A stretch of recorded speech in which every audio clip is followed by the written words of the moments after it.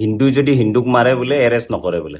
এইটো কিবা হাঁহি উঠা কথা হৈ আছে। যোনে মাৰিছে সেই ল'ৰাটো সিহঁতৰ ঘৰত একেলগে খোৱা বোৱা অহা যোৱা থাকা চব তাহাঁতৰ দুইজনৰ মাজত দুইজন বন্ধু আৰু ঘৰেও জানে যে দুইজন বন্ধু।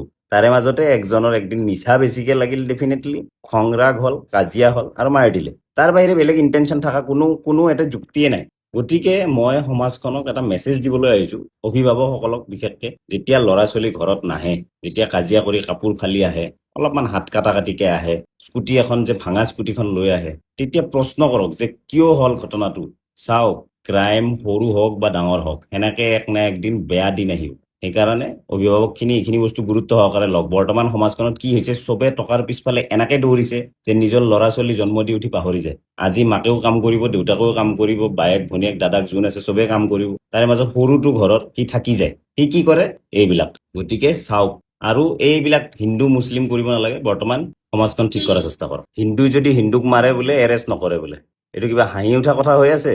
আমাৰ অসমত যোনটো ঘটনা ঘটিল কামাখ্যা পাহাৰত, সেই ঘটনাটোত এজন হিন্দু ল'ৰাই এটা হিন্দু ল'ৰাক মাৰিছে। যি হওক, ক্ৰিমিনেলে সেই নজৰ চাই কেনে মই মহানগৰ আৰক্ষীক ক'ব খোজো যে উচিততছে উচিত শাস্তি, যিমান ডাঙৰ পানিছমেণ্ট আছে দিয়ক, কাৰণ এইবিলাকে সমাজখন নষ্ট কৰে। ইহঁতে নিজৰ লগকো মাৰিব পাৰে, যোনে ভাত দিছে তাকো মাৰিব পাৰে, আৰু ইহঁতে ডকাইতো হয় ডাঙৰ হৈ কেনে। এতিয়া মই কওঁ, মাক বাপেকে ঘৰৰ পৰা যেতিয়া বাহিৰত থাকে, ল'ৰা ছোৱালী কি কৰি থাকে, এই সৰু সৰু ল'ৰাবিলাকৰ যে নিচাৰ প্ৰতি থকা আসক্তি, খং ৰাগ, গালি গালাজ আৰু যিকোনো, এই কাপোৰ ফালি দিয়া, নিজৰ এই বোলে এটা কাৰোবাক মাৰি থৈ আহিলো আজি, এই বোলে স্কুটি দি এক্সিডেণ্ট কৰি আহিলো, ভাঙা স্কুটিখন ঘৰত লৈ আহে, তেতিয়া প্ৰশ্ন কৰে নে নাই? বহুত দুখৰ বিষয়। ভনীয়েকজনীয়ে যেতিয়া কৈছে যে সি ঘৰত নাহিছিলে, ক'ব নালাগে, বহুত দুখৰ সময় আপোনাৰ কাৰণে, ভগৱানে আপোনাক শক্তি দিয়ক এই দুখৰ সময়টো পাৰ কৰাৰ কাৰণে। কিন্তু যেতিয়া সি নাহে বুলি আপুনি ইমান নৰ্মেলি ক'লে, তেতিয়া সুধিছিল নে কেতিয়াবা যে সি কিয় অহা নাছিল? সি আজি ৰাতি নাহাৰ পিছত যেতিয়া ৰাতিপুৱা তাৰ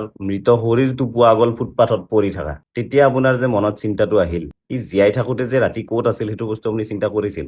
আৰু এইখিনি বিষয় মই ক'বলগীয়া হৈ আছে, কাৰণ যোনে মাৰিছে সেই ল'ৰাটো সিহঁতৰ ঘৰত একেলগে খোৱা বোৱা অহা যোৱা থাকা চব তাহাঁতৰ দুইজনৰ মাজত দুইজন বন্ধু, আৰু ঘৰেও জানে যে দুইজন বন্ধু।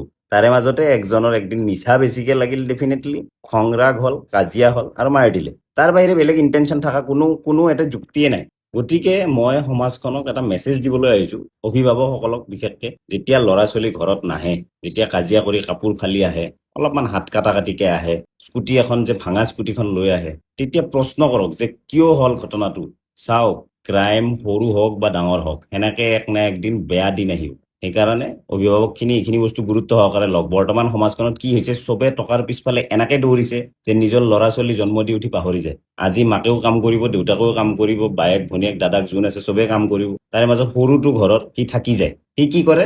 এইবিলাক। গতিকে চাওক, আৰু এইবিলাক হিন্দু মুছলিম কৰিব নালাগে, বৰ্তমান সমাজখন ঠিক কৰাৰ চেষ্টা কৰক। Thank you so' much.